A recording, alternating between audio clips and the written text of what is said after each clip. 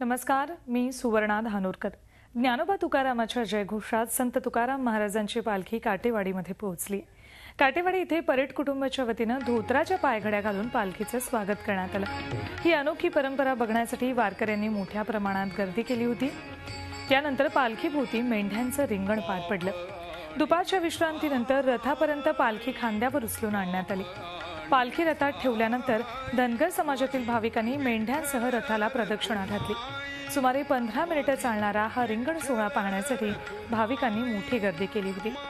आता पालखीने सणसरला प्रस्थान ठेवलं असून तुकोबांच्या पालखीचा आजचा मुक्काम सणसरलाच असणार आहे। तर दुसरीकडे माऊलींच्या पालखीचा लोणंदला मुक्काम आहे।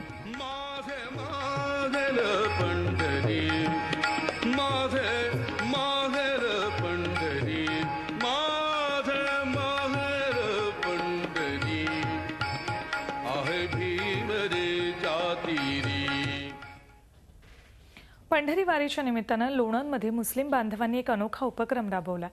काय आहे हा उपक्रम पाहूयात। पंढरपूरच्या दिशेने हरिनामाचा जयघोष करत निघालेल्या माऊलींच्या पालखी सोहळ्यानं पुणे जिल्ह्याचा निरोप घेत सातारा जिल्ह्यात प्रवेश केलाय। सातारा जिल्ह्यातील लोणंद नगरीत या पालखी सोहळ्याचं दरवर्षीप्रमाणे याही वर्षी थाटामाटात स्वागत करण्यात आलं। पण यावेळचं वैशिष्ट्य आणखी खास होतं। तर शनिवारचा ईदचा सण एक दिवस पुढे ढकलून रविवारी साजरा करण्याचा निर्णय घेत हिंदू मुस्लिम एकतेचा एक नवा आदर्श जगासमोर मांडला। माऊलीचे पावित्र्य राखावं आणि मुस्लिमांनी जे मांसाहार करू नये यासाठी आम्ही ईदचा सण आहे। आमचा हा मोठा ईदचा सण आहे। आमचा हा ईदचा सण वर्षातून एकदाच येतो, तरीही आम्ही यांच्या पावित्र्य राखावं यासाठी आम्ही हा सण जे पुढे एक दिवस ढकलला। वारकरी मंडळी किंवा पाहुणे मंडळी जे येतात त्यांना अन्नदान बी करतात आमचे लोक। तर तेव्हा अन्नदानात म्हणजे आमचं आणि ते अन्नदानात होऊ नये म्हणून आम्ही त्यांना ते सगळं ईद आम्ही पुढे ढकलले। ईदच्या दिवशी नेमकी बरोबर पालखी या गावामध्ये येत असल्यामुळे, माऊलींची पालखी येत असल्यामुळे आमच्या सर्व जमातीच्या लोकांनी मिळून एक निर्णय घेतला आहे की एक दिवस उशीर आम्ही आमची ईद आम्ही साजरी करणार आहोत। संपूर्ण जगामध्ये ही ॲक्च्युली ईद त्या दिवशी होणार आहे, परंतु आम्ही फक्त माऊलींचं पावित्र्य राखण्यासाठी आणि जातीय सलोखा राखण्यासाठी आम्ही ईद ही दुसऱ्या दिवशी घेण्याचा आम्ही निर्णय घेतलेला आहे। माऊलींचं पावित्र्य जपून राहावं म्हणून आम्ही हा निर्णय घेतलाय की ईद रविवारी साजरी करावी। तर ह्या निर्णयाचा खूप आनंद होतोय की माऊलींच्या पालखींचा पण एक साजरा करता येईल, त्यांना पण निरोप देता येईल आणि ईद पण साजरी होईल। लोणंदमधील भाविकांकडून तर या उपक्रमाचं कौतुक झालंच, मात्र त्याचबरोबर समाज आरतीमध्येही सोहळा प्रमुखांकडून आणि उपस्थित वारकऱ्यांकडून मुस्लिम बांधवांचे विशेष आभार मानण्यात आले आणि त्यांच्या या उपक्रमाचं खास कौतुक करण्यात आलं। रमजानचं सुद्धा त्यांनी एक दिवस पुढे ढकललेला आहे, त्याला आम्ही त्यांचा आभार मानतो आणि त्यांचं अभिनंदन करतो। थोडक्यात जातीपातीचं राजकारण करण्यातच सतत मशगूल असणाऱ्या राजकारण्यांसाठी लोणंदमधील हिंदू मुस्लिम एकतेचा हा परिपाठ डोळ्यात अंजन घालणारा ठरेल आणि भेदाभेद अमंगळ ही संतांची शिकवण पुन्हा एकदा नव्यानं नवी दृष्टी देईल अशी आशा करूया। प्रशांत अनासपुरेसह bureau report, Zee Media, Lonand, Satara. वारी म्हणजे विठुरायाशी एकरूप होण्याचा सोहळा। दिवसभरातील थकव्यानंतरही रात्री मुक्कामाच्या ठिकाणी वारकरी केवळ पांडुरंगाचं नाव घेण्यात दंग असतात। यातच अधिक मास म्हणजे धोंड्याचा महिना असल्यानं वारकऱ्यांनी वारीतील महिलांना साड्या तर पुरुष वारकऱ्यांना टॉवेल टोपी देऊन धोंड्याचा महिना साजरा केला। याचा आढावा घेतला आमचे प्रतिनिधी प्रशांत अनासपुरे यांनी। मी आत्ता ज्या पालखीमध्ये आहे त्या दिंडीमध्ये आहे। सोलापूर जिल्ह्यातली मोहोळची दिंडी आहे आणि आपल्याला सगळ्यांना माहिती आहे की धोंड्याचा महिना सुरू आहे, त्यामुळे या पालखीमध्ये विशेषतः महिलांसाठीचा एक वेगळा उपक्रम राबवण्यात आलेला आहे। या महिलांना या दिंडीतर्फे एक साड्यांची भेट देण्यात आलेली आहे। नेमकं काय याच्या मागचं प्रयोजन आहे किंवा याच वेगवेगळ्या माऊलींना इथे आपण प्रसादही बघतो, नैवेद्यही बघतो, जिलेबी दिसते आहे, धोंडे दिसत आहेत, फळावळ दिसते आहे। सगळी ही जी काही सगळी तयारी आपल्याला दिसते आहे की या महिला आपला घरातला संसाराचा गाडा सोडून ही सगळी मंडळी वारीमध्ये सहभागी झाली आहेत। मात्र यांना आपण धोंड्याचा महिना असेल किंवा धोंडेवान साजरं केलं नाही याची रुखरुख लागू नये म्हणून ही विशेष काळजी या दिंडीमध्ये घेतलेली आहे। दिवसभर वारीमध्ये चालल्यानंतर संध्याकाळी या सगळ्या महिलांना साडी भेट देण्यात आलेली आहे, पुरुषांना टॉवेल टोपी भेट देण्यात आलेली आहे। हा उपक्रम नेमका ज्यांनी राबवला आहे त्यांच्याशी आपण बोलूया। सांगाल माऊली की आजचा तुमच्या वारीमध्ये खूप वेगळा उपक्रम राबवला जातोय की तुम्ही धोंडेवाण देताय. ॲक्च्युली माझे सासरे एक्सपायर झालेत, त्यामुळे हे मला जावई समजतात. मग सहजासहजी म्हणले तुम्हाला एक कपडे घेऊया. मी म्हणलं आता दिंडीतून परत जाण्यापेक्षा आपण हा कार्यक्रम इथेच करूयात. मग लोणंदला 2 दिवस मुक्काम असतो आणि ह्या दिवशी आज कार्यक्रम करूया असं ठरलं. त्या हिशोबाने सगळं प्लॅन केल्याने कार्यक्रम घडवून आणला.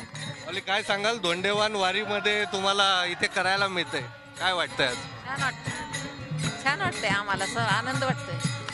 गवळणी ते म्हणायला मिळते, भजन करायला मिळतं, खूप आनंद वाटतो आम्हाला. दिंडी ज्या ठिकाणी मुक्काम करते, दिंडीतले वारकरी ज्या ठिकाणी मुक्कामासाठी आलेले असतात त्या ठिकाणाचं वातावरण नेमकं कसं असतं हे सगळं बघून फक्त भजनामध्ये दंग होणारे वारकरी हेच आपल्याला इथे जास्तीत जास्त करून दिसून येतं. त्यामुळं हा जो काही अनोखा एक वेगळा अनुभव आपल्या सगळ्यांना इथे दिसून येतो. हेच विठ्ठल विठ्ठल नामाचा जो काही हा गजर आहे, त्यामुळं प्रत्येक अगदी आजोबांपासून ते तरुणाईपर्यंत सगळ्या प्रकारचे वारकरी आपल्याला या माऊलींच्या विठ्ठलाच्या भक्तीमध्ये आनंदाने सहभागी झालेले आपल्याला दिसतात. व्हिडिओ जर्नलिस्ट संदेश बायकरसह प्रशांत अनासपुरे, झी मीडिया, लोणंद. बाबा महाराज सातारकर आणि त्यांच्या कुटुंबाचा वारीचा नेम कधीच चुकत नाही. त्यांच्या कन्या भागवती सातारकर यांच्याशी बातचीत केली आमचे प्रतिनिधी प्रशांत अनासपुरे यांनी.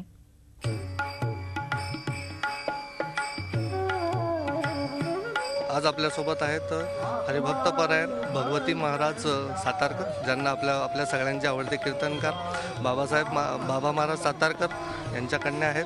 खूप खूप स्वागत आहे झी 24 तासमध्ये. एकतर हे सगळं इथला म्हणजे काय म्हणू, संसाराचा गाडा, वारीचा गाडा, इथला माहोल खूप वेगळा आहे. काय सांगाल या सगळ्या वातावरणाविषयी? नाही, हे वातावरण तुम्ही म्हटलं तसं वेगळंच आहे. नवे नवे वास्तवाला धरून आहे असं मला वाटतं. सध्या जे दैनंदिन जीवन जे तुम्ही म्हणता ते उलट वलय घेऊन चाललेलं आहे आणि वारीचा रस्ता हे वास्तव्याचं दर्शन आहे. म्हणून जो वारी करतो आणि जो वारीमध्ये तग धरू शकतो तो जीवनात कुठेही कसाही तग धरू शकतो, हा माझा अनुभव आहे. सध्याच्या युवा पिढीला वारी नेमकी काय आहे? तुम्ही जी डोळ्याने अनुभवत आहात वारी, तुम्ही प्रत्यक्ष बघता आहात, काय सांगा? ह्याच्यामध्ये नुसतं चालत जाणं, देवदर्शन घेणं नाही, ह्या पांडुरंगाच्या प्रेरणेतूनच ते मिळाले, वारीच्या प्रेरणेतून. पण याच्या पलीकडे अजून काय आहे याचा शोध, ज्ञानोबा तुकोबाच्या वाङ्मयाचा शोध, तुकाराम महाराजांचा शोध, नाथबाबाचा शोध, नामदेवरायाचा शोध, जनाबाई मुक्ताबाई यांचं जे तात्विक बैठक आहे त्याचा व्यासंग एवढा जबरदस्त आहे. त्याच्या पाठी तरुण पिढीने लागावं हे माझं एक आव्हान आहे तरुण पिढीला. कारण बरेच जणांनी याच्यावर संशोधनं केली आणि असं म्हणतात की माऊलीच्या समाधीजवळ जी चेतना आहे ती जगात खूप कमी ठिकाणी, 1-2 ठिकाणी ते चैतन्य जिवंत माऊलीच्या समाधीजवळ मिळतं. याच्याही पेक्षा अनेक विचारवंतांनी याच्यावर रिसर्च केलेला आणि त्या रिसर्चमधून हे लक्षात आलं की माऊलीच्या इतकं परिपक्व वाङ्मय दुसरं कुठे नाही. तर मला असं वाटतं नुसतं वारीला येऊन चालावं, पण ज्या बैठकीतून ही बैठक निर्माण झाली त्याच्या पाठीसुद्धा तरुण पिढीने जावं हे मला मनापासून वाटतं. म्हणजे आजची म्हणजे परंपरा मोठी आहे वारीची, पण सध्याच्या पिढीला काय हवंय त्याचा एक तुम्ही खूप छान दुवा आहात, धागा आहात, जेणेकरून तुम्ही उदाहरणंही अशी देता की ज्या नवीन पिढीला काहीतरी ठाम काहीतरी पाहिजे, हे आहे का तर हे असं पाहिजे, तशीच उदाहरणं तुम्ही तंतोतंत देता. म्हणूनच हे सगळं पडतंय. खूप खूप धन्यवाद आमच्याशी. थँक्यू. नमस्कार. तर अशी संत मंडळी आपल्याला भेटत असतात वारीमध्ये की ज्यामध्ये तरुण पिढीला वारी म्हणजे नेमकं काय आहे, वारीमध्ये नेमकं काय काय मिळतं, वारी ही फक्त परंपरा आहे का, तर ही परंपरा पुढे जपण्यासाठी काय बंधनं आहेत, काय मर्यादा आहेत, हेही पाहणं तितकंच महत्त्वाचं आहे. व्हिडिओ जर्नलिस्ट संदेश बायकरसह प्रशांत अनासपुरे, झी मीडिया, वाल्हे. मजल दरमजल करत वैष्णवांचा मेळा पंढरपूरकडे मार्गस्थ झालाय. वैष्णवांच्या या मेळ्यात वारकऱ्यांसह सेवेकरीही सामील होतात. पण या वारकऱ्यांना दैनंदिन जीवनात लागणाऱ्या चीजवस्तू कशा मिळतात, वारीतला बाजार कसा असतो, याचा आढावा घेतला आमचे प्रतिनिधी प्रशांत अनासपुरे यांनी. भक्तीमध्ये दंग होत जे वारकरी या वारीमध्ये सहभागी होणारे ते वेगळे, आणि या वारकऱ्यांपासून किंवा ज्या गावामध्ये पालखी आहे तिथल्या लोकांना आपल्या या सेवेकडून थोडाफार का होईना मोबदला मिळेल असे काही आहेत. जागोजागी आपल्याला गंध लावणारे असतात.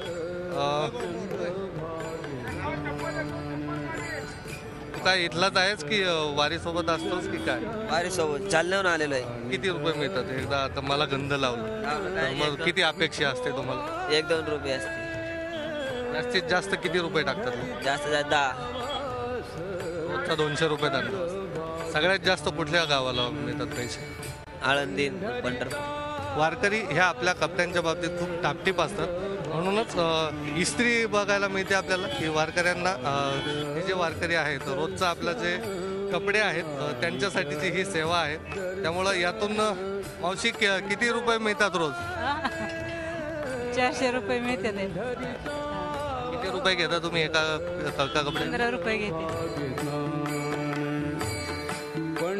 माऊली किती रुपये घेता तुम्ही एका कटिंग? एका दाढीला 10 घेतो, कटणीला 20 घेतो. 20 रुपये कटणीला घेतो. काय वारी सोबत आहात? हो, वारी सोबत आहे.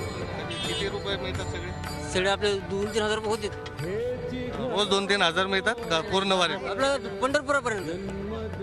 जागोजागी छोटे छोटे व्यावसायिक या वारीमध्ये बघायला मिळतात की ज्यांचं खरं तर हातावरचं पोट आहे आणि म्हणूनच जो काही मोबदला मिळेल मोबदल्याबरोबरच एक थोडंफार मानसिक समाधान पण त्यांना या वारीमध्ये बघायला मिळतं. व्हिडिओ जर्नलिस्ट संदेश बायकरचा प्रशांत अनासपुरे, झी मीडिया, वाल्हे. संत जनाबाई यांच्या जीवनावर आधारित रिंगण या अंकाचं प्रकाशन पुण्यातल्या विठ्ठल मंदिरात झालं. या अंकाचे संपादक सचिन परब आणि त्यांच्या टीमशी बातचीत केली आमचे प्रतिनिधी देवेंद्र कोल्हटकर यांनी. सध्या महाराष्ट्रामध्ये वारीचा माहोल पाहायला मिळतोय. वारीमध्ये रिंगण प्रसिद्ध आहे. मात्र गेल्या काही वर्षापासून साहित्यातलं एक रिंगण समोर आलेलं आहे. रिंगण हा वारीमधला एक विशेषांक गेल्या 3 वर्षापासून प्रसिद्ध होतोय. त्या रिंगणचे दोन्ही संपादक जे आहेत ते माझ्यासोबत आहेत. सर, यंदाचा जो विशेषांक आहे तो संत जनाबाईंवरती आहे. कशा पद्धतीने तुम्ही हा सगळा शब्दरूपामध्ये तयार केलेला आहे, काय सांगाल त्याबद्दल? खरं तर असं आहे की संत साहित्य हा जो प्रकार आहे, म्हणजे आपण जे बोलतो, आपण जे चालतो, आमची अशी भावना आहे किंवा आमचा ठाम विश्वास असा आहे, ह्या सगळ्यावर आपण जे बोलतो चालतो याच्यावर संतांचा प्रभाव, हा संतांचा जो प्रभाव आहे, म्हणजे संतांनी आपली जी वाणी घडवली, संतांनी आपले जे शब्द घडवले, त्याचं आपण पुनरुज्जीवन करावं किंवा त्याला पुन्हा झळाळी द्यावी, उजाळा द्यावा असं आम्हाला वाटलं. म्हणजे कदाचित हे संत साहित्य मागं पडतंय का, हे रोजच्या जगण्याशी नातं सांगणारं आहे. तर हे संत साहित्य आपण पुन्हा नव्याने मांडावं. तुम्हाला यावेळी सांगायला अत्यंत आनंद वाटतो की आम्ही वेगवेगळ्या लोकांकडे लिहून घेतो.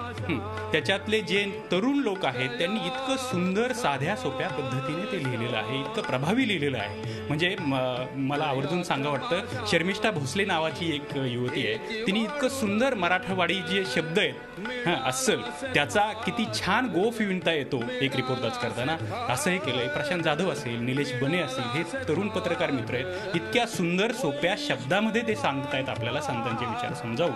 आणि आपल्याला ते काहीतरी धार्मिक आहे, काहीतरी अवघड आहे, तिकडे आपण जायला नको बाबा, तर ते सोपं करून सांगण्याची जी कला आहे, मला असं वाटतंय त्या मित्रांनी, माझ्या सगळ्या पत्रकार मित्रांनी ती खूप अंगात मुरवून घेतली आहे. आणि त्यांचं हे मुरवून घेणं जे आहे ते मला वाटतं आम्ही आपल्यापर्यंत आणलेलं आहे. आणि संतांचे हे विचार खऱ्या अर्थानं सोप्या शब्दांमध्ये, उगवत्या भाषेमध्ये या सगळ्या तरुण पत्रकार मित्रांनी आपल्यापुढे या रिंगणमध्ये आणलेले आहेत. सर, रिंगणच्या निमित्ताने तुम्ही संतांचे हे विचार जे आहेत ते लोकांपुढे आणताय. यावेळेसचा जो अंक आहे तो संत जनाबाईंवरती आहे. त्यांच्याबद्दल बोलायचं झालं तर त्यांचं साहित्य जे आहे फार मोठ्या प्रमाणात लोकांच्या समोर आलं नाही असं आपल्याला वाटतंय का? 750 वर्षापूर्वीचा काळ आहे, आजचा काळ नाही आहे. त्याच्यात ती एक बाई आहे, त्यातही ती शूद्र जातीची बाई आहे आणि त्याच्या पलीकडे ती एक मोलकरीण आहे. जनाबाईंवर अशा पद्धतीचा अभावाचा डोंगर आहे समोर. आणि त्या काळात देखील, म्हणजे इतका 7.5 अशी परिस्थिती असताना देखील 750 वर्षाच्या नंतर आपण जनाबाईंची चर्चा करतोय. याचाच अर्थ जनाबाई 750 वर्ष काळाला जिंकून उभ्या राहिलेल्या आहेत. आज गावागावामध्ये, म्हणजे विदर्भापासून ते कोकणापर्यंत गावागावामध्ये ज्या ओव्या गायला जातात, ज्या कहाण्या सांगितल्या जातात, आज जात नाही आहे पण जनाबाई जिवंत आहे. ज्यांच्यापर्यंत जनाबाई पोचली नाही, असं तुझ्या माझ्यासारखा महानगरात राहिलेला मुलगा जेव्हा आपली मुळं शोधत जातो तेव्हा त्याला जनाबाई भेटतात. आणि मग त्या जनाबाई शोधताना रिंगण समोर आलेलं आहे आणि सर्वांगाने जनाबाई मांडण्याचा आम्ही प्रयत्न केलेला आहे आणि तो आजच्या तरुणांना आपला वाटतोय.